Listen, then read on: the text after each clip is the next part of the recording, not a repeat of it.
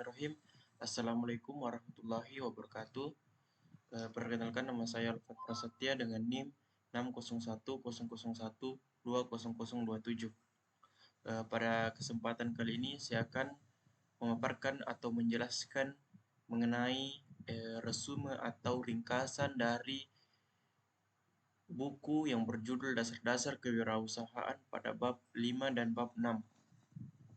Oke, untuk mempersingkat waktu, jadi langsung saja. Judul dari bab 5 yaitu manajemen dan strategi kewirausahaan. Yang pertama, manajemen kewirausahaan. Istilah manajemen ini sulit didefinisikan karena dalam kenyataannya tidak ada definisi manajemen yang telah diterima secara universal. Manajemen dapat didefinisikan dengan berbagai rumusan tergantung kepada cara pandang si pembuat definisi. Definisi manajemen yang diberikan oleh para ahli yaitu sebagai berikut. Audrey Diet dalam buku The Art of Administration menyatakan bahwa manajemen is process agency which direct and guides operation of organization in the releasing of established aims, yang artinya manajemen adalah proses dan perangkat yang mengarahkan serta membimbing kegiatan suatu organisasi dalam mencapai tujuan yang ditetapkan.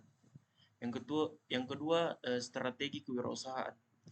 Dalam melakukan strategi usaha kewirausahaan, biasanya memilih salah satu dari 4 strategi berikut.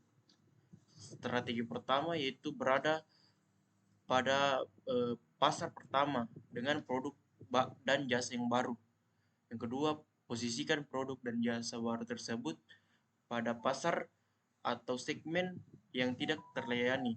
Yang ketiga, fokuskan barang dan jasa pada relung yang kecil tetapi bisa bertahan. Yang keempat, mengubah karakteristik produk, pasar, atau industri. Adapun strategi pertama yaitu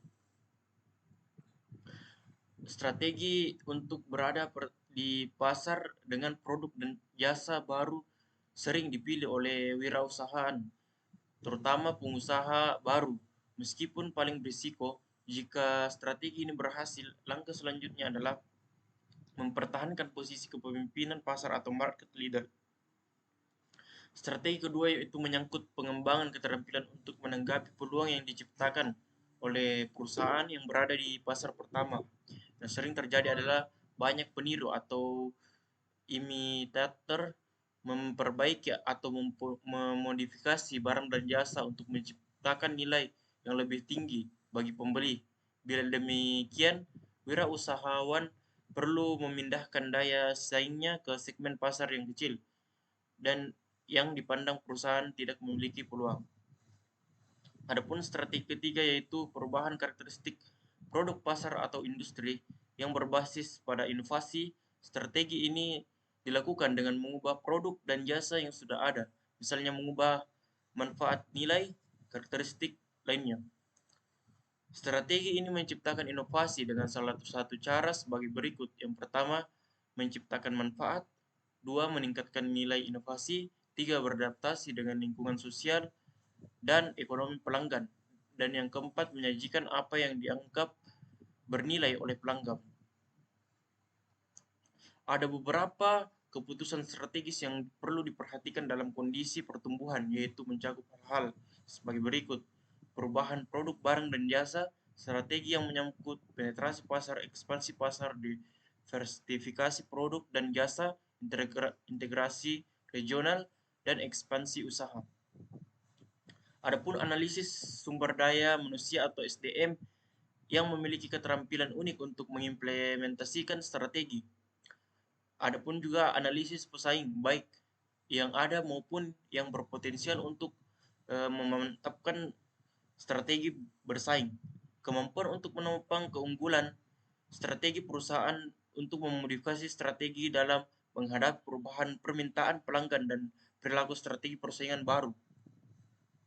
Adapun strategi dari untuk memimpin pasar atau market leader yaitu bersikap menyerang atau agresif untuk mempertahankan market pasar, dan yang kedua bersikap bertahan dan tidak terlalu agresif, Yang ketiga, tidak boleh ada anggapan bahwa perusahaan yang berhasil tidak memiliki tantangan.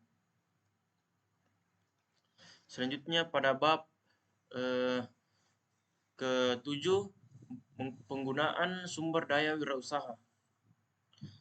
Ada 6 jenis sumber daya usaha, yaitu men atau manusia, yang kedua money atau uang, tiga material atau fisik, yang keempat mesin atau teknologi, yang kelima metode atau metode, dan yang keenam market atau pasar. Selanjutnya ada 4 kelompok sumber daya usaha yang terdiri dari sumber daya material, sumber daya finansial, sumber daya manusia, dan sumber daya informasi. Mungkin cukup sekian yang dapat saya sampaikan. Sekian dan terima kasih. Wassalamualaikum warahmatullahi wabarakatuh.